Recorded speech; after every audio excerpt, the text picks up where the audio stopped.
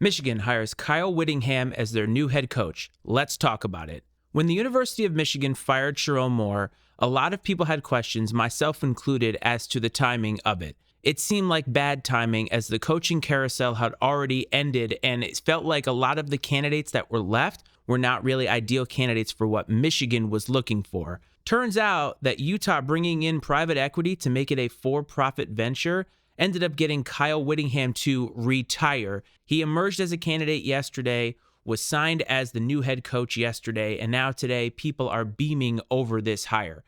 I think personally that this is a home run hire for Michigan because I think that Kyle Whittingham has shown that not only can he build a program, he can sustain a program. That I think is really huge. Keep in mind the uncertainty that Michigan was facing after Jim Harbaugh left, all of those sanctions, everything that now just happened with Sharon Moore. It felt like while the program was healthy in terms of wins and losses this year, 9-3 is a good season, that they needed a little bit of stability when it came to the overall feel of the program. And I think Kyle Whittingham is 100% going to do that.